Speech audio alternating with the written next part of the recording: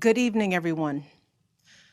It's a hard time, and everyone's feeling it in different ways. And I know a lot of folks are reluctant to tune into a political convention right now or to politics in general. Believe me, I get that. But I am here tonight because I love this country with all my heart. And it pains me to see so many people hurting. I've met so many of you. I've heard your stories. And through you, I have seen this country's promise. And thanks to so many who came before me, thanks to their toil and sweat and blood, I've been able to live that promise myself. That's the story of America. All those folks who sacrificed and overcame so much in their own times because they wanted something more, something better for their kids. There's a lot of beauty in that story. There's a lot of pain in it too. A lot of struggle and injustice and work left to do. And who we choose as our president in this election will determine whether or not we honor that struggle and chip away at that injustice and keep alive the very possibility of finishing that work. I am one of a handful of people living today who have seen firsthand the immense weight and awesome power of the presidency. And let me once again tell you this: the job is hard. It requires clear-headed judgment, a mastery of complex and competing issues, a devotion to facts and history, a moral compass, and an ability to listen, and an abiding belief that each of the 330 million lives in this country has meaning and worth. A president's words have the power to move markets. They can start wars or broker peace. They can summon our better angels or awaken our worst instincts. You simply cannot fake your way through this job. As I've said before, being president doesn't change who you are. It reveals who you are. Well, a presidential election can reveal who we are too. And 4 years ago, too many people chose to believe that their votes didn't matter. Maybe they were fed up. Maybe they thought the outcome wouldn't be close. Maybe the barriers felt too steep, whatever the reason. In the end, those choices sent someone to the Oval Office who lost the national popular vote by nearly 3 million votes. In one of the states that determined the outcome, the winning margin averaged out to just 2 votes per precinct. 2 votes. And we've all been living with the consequences. When my husband left office with Joe Biden at his side, we had a record-breaking stretch of job creation. We'd secured the right to health care for 20 million people. We were respected around the world, rallying our allies to confront climate change. And our leaders had worked hand in hand with scientists to help prevent an Ebola outbreak from becoming a global pandemic. 4 years later, the state of this nation is very different. More than 150,000 people have died, and our economy is in shambles because of a virus that this president downplayed for too long. It has left millions of people jobless. Too many have lost their health care. Too many are struggling to take care of basic necessities like food and rent. Too many communities have been left in the lurch to grapple with whether and how to open our schools safely. Internationally, we've turned our back, not just on agreements forged by my husband, but on alliances championed by presidents like Reagan and Eisenhower.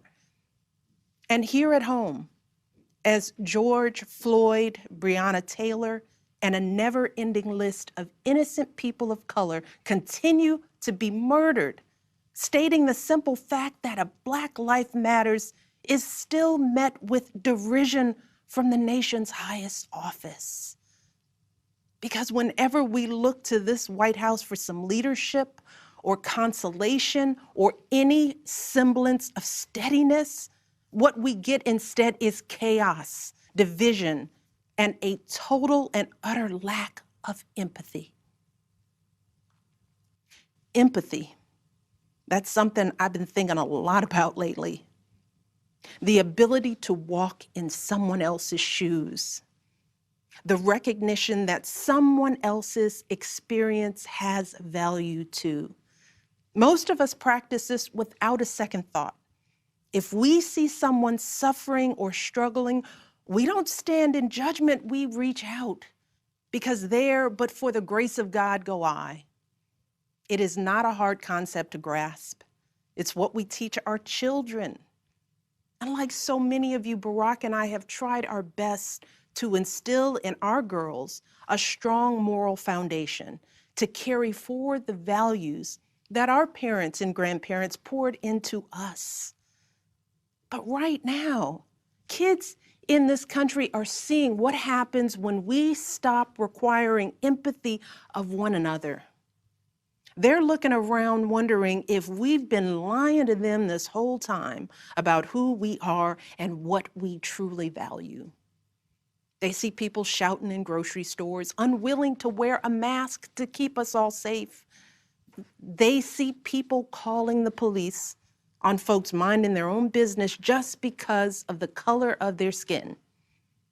They see an entitlement that says only certain people belong here, that greed is good and winning is everything, because as long as you come out on top, it doesn't matter what happens to everyone else.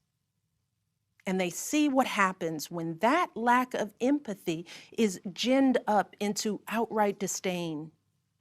They see our leaders labeling fellow citizens enemies of the state while emboldening torch-bearing white supremacists. They watch in horror as children are torn from their families and thrown into cages, and pepper spray and rubber bullets are used on peaceful protesters for a photo op.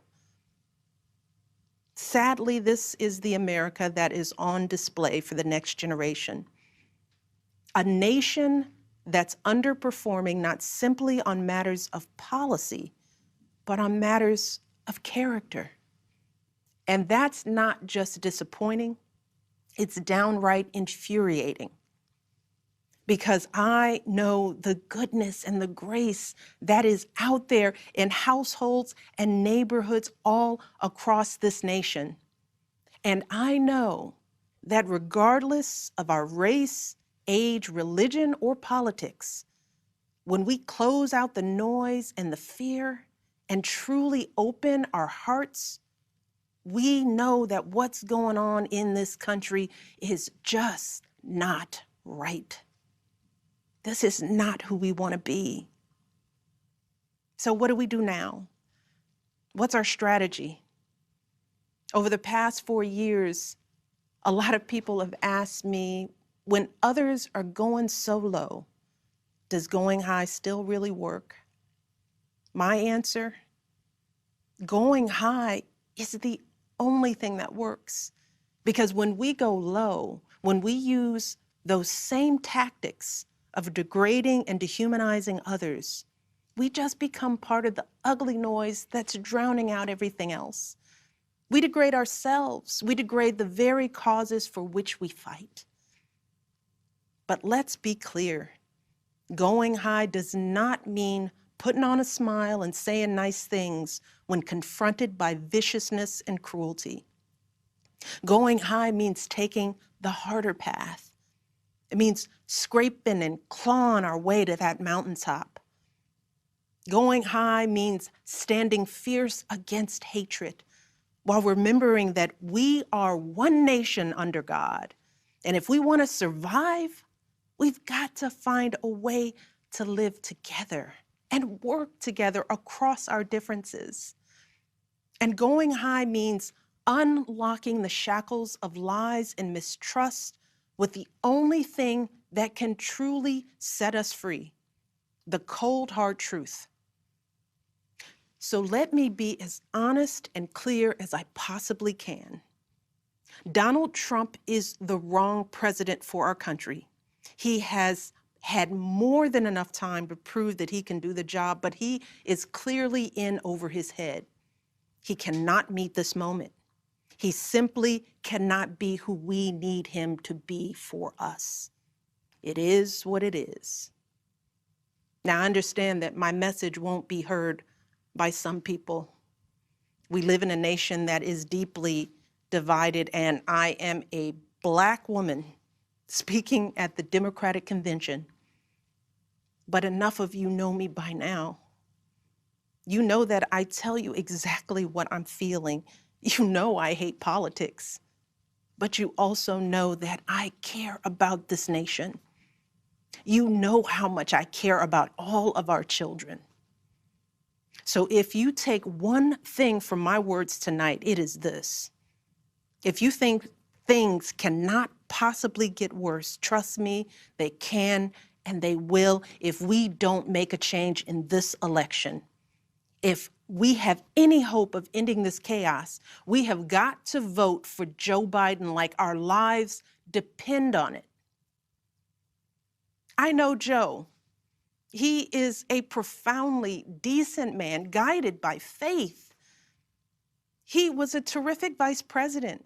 He knows what it takes to rescue an economy, beat back a pandemic, and lead our country. And he listens. He will tell the truth and trust science. He will make smart plans and manage a good team. And he will govern as someone who's lived a life that the rest of us can recognize. When he was a kid, Joe's father lost his job.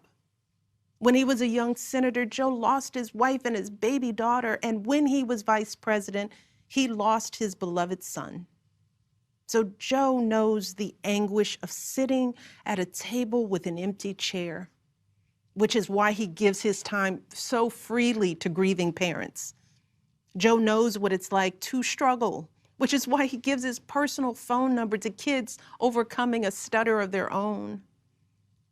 His life is a testament to getting back up.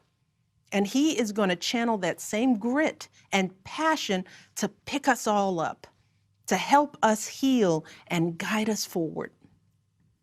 Now, Joe is not perfect, and he'd be the first to tell you that. But there is no perfect candidate, no perfect president, and his ability to learn and grow, we find in that the kind of humility and maturity that so many of us yearn for right now. Because Joe Biden has served this nation his entire life without ever losing sight of who he is. But more than that, he has never lost sight of who we are, all of us. Joe Biden wants all of our kids to go to a good school, see a doctor when they're sick, live on a healthy planet. And he's got plans to make all of that happen.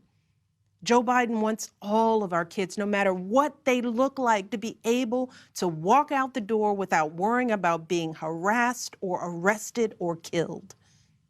He wants all of our kids to be able to go to a movie or a math class without being afraid of getting shot. He wants all our kids to grow up with leaders who won't just serve themselves and their wealthy peers, but will provide a safety net for people facing hard times. And if we want a chance to pursue any of these goals, any of these most basic requirements for a functioning society, we have to vote for Joe Biden in numbers that cannot be ignored. Because right now, folks who know they cannot win fair and square at the ballot box are doing everything they can to stop us from voting. They're closing down polling places in minority neighborhoods. They're purging voter rolls. They're sending people out to intimidate voters, and they're lying about the security of our ballots. These tactics are not new. But this is not the time to withhold our votes in protest or play games with candidates who have no chance of winning. We have got to vote like we did in 2008 and 2012. We've got to show up with the same level of passion and hope for Joe Biden. We've got to vote early, in person if we can. We've got to request our mail-in ballots right now, tonight, and send them back immediately. And follow up to make sure they're received. And then make sure our friends and families do the same. We have got to grab our comfortable shoes, put on our masks, pack a brown bag dinner and maybe breakfast too, because we've got to be willing to stand in line all night if we have to. Look, we have already sacrificed so much this year. So many of you are already going that extra mile. Even when you're exhausted, you're mustering up unimaginable courage to put on those scrubs and give our loved ones a fighting chance. Even when you're anxious, you're delivering those packages, stocking those shelves, and doing all that essential work so that all of us can keep moving forward. Even when it all feels so overwhelming, working parents are somehow piecing it all together without childcare. Teachers are getting creative so that our kids can still learn and grow. Our young people are desperately fighting to pursue their dreams. And when the horrors of systemic racism shook our country and our consciences, millions of Americans of every age, every background rose up to march for each other, crying out for justice and progress. This is who we still are. Compassionate, resilient, decent people whose fortunes are bound up with one another. And it is well past time for our leaders to once again reflect our truth. So it is up to us to add our voices and our votes to the chorus of history, echoing heroes like John Lewis, who said, "When you see something that is not right, you must say something. You must do something." That is the truest form of empathy. Not just feeling, but doing. Not just for ourselves or our kids, but for everyone, for all our kids. And if we want to keep the possibility of progress alive in our time, if we want to be able to look our children in the eye after this election, we have got to reassert our place in American history. And we have got to do everything we can to elect my friend Joe Biden as the next president of the United States. Thank you all. God bless.